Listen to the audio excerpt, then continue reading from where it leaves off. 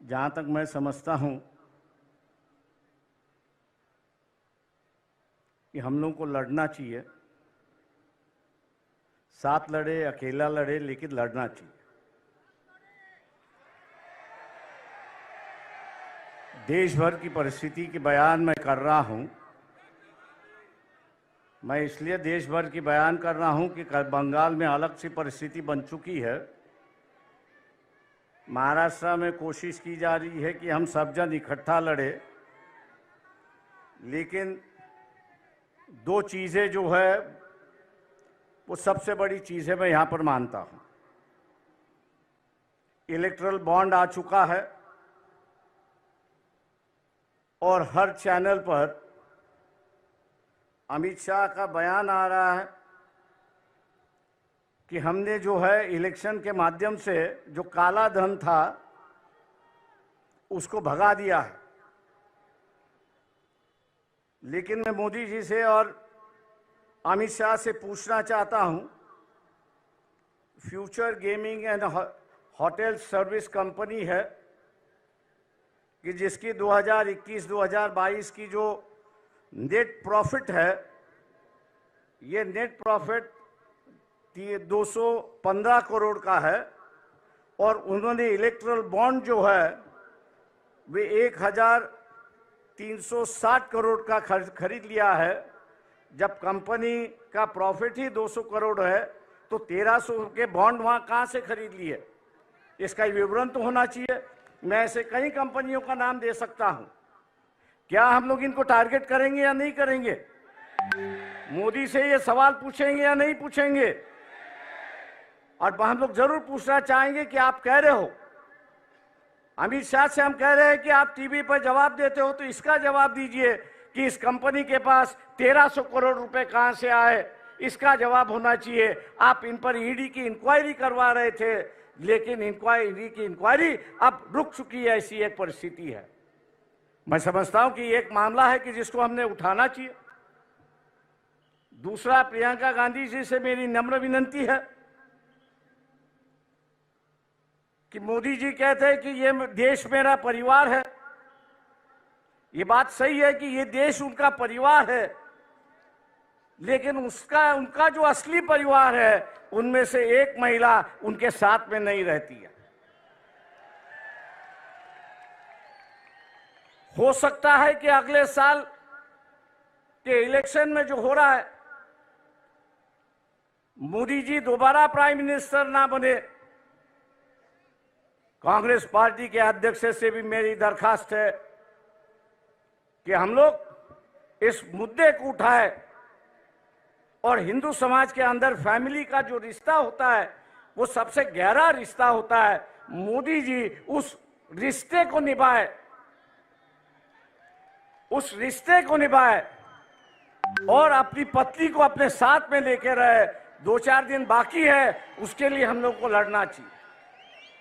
मैं उम्मीद करता हूं कि खड़गे जी जब बात करेंगे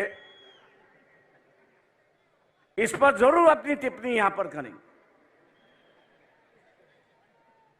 क्योंकि वह हिंदू संस्कृति की बात करते हैं, हिंदू रिवाज की बात करते हैं और वही रिवाज और वही उसको मानने के लिए तैयार नहीं।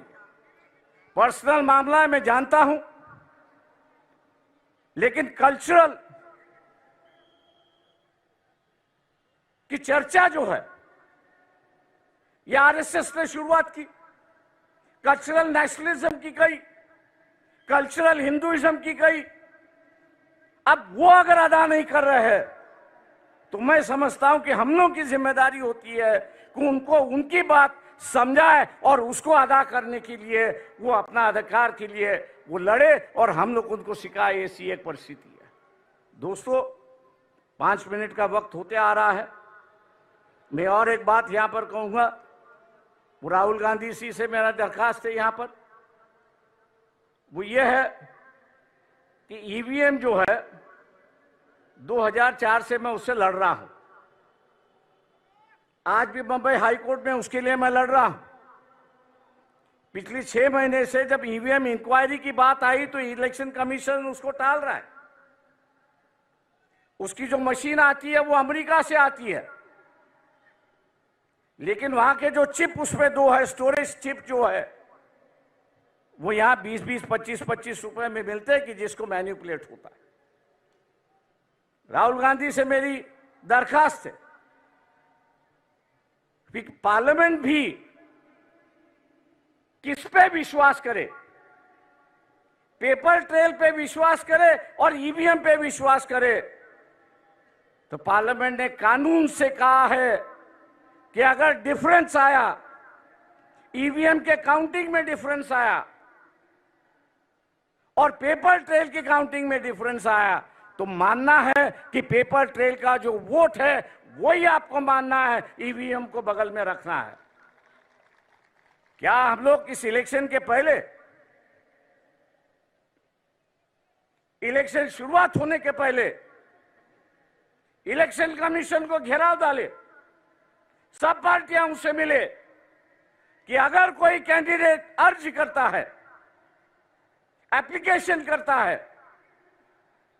कि वेरीफाइड पेपर ट्रेल जो है वो काउंटिंग होना चाहिए, उसका एप्लीकेशन मंजूर होना चाहिए।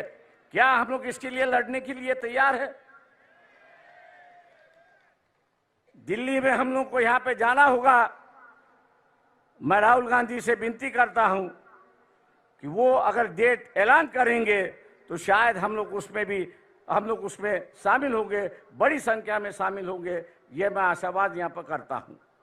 रही बात लोग साफ सुथरी कैरेक्टर के लोग चाहते हैं। ये जो फैमिलीवाद है, दूसरे चीजें जो है, लोग उससे उब गए हैं, हम लोग उससे बाहर निकले। और मैं इस मंच से कहना चाहता हूं कि हम लोग अपना इस्तेमाल एटलीस्ट महाराष्ट्र के लिए परिवारवाद के लिए खर्च करने के लिए तैयार हैं। हम आपके साथ हैं। आम आदमी हो, डेमोक्रेसी सोशलाइजेशन हो, कैंडिडेचर का सोशलाइजेशन हो, ना ये हो किसी एक परिवार से, किसी एक कास्ट से ज्यादा लोकसभा के उम्मीदवार हो और हम उनके पीछे सिर्फ वोट बैंक बने। हम लोग वो बनने के लिए तैयार नहीं।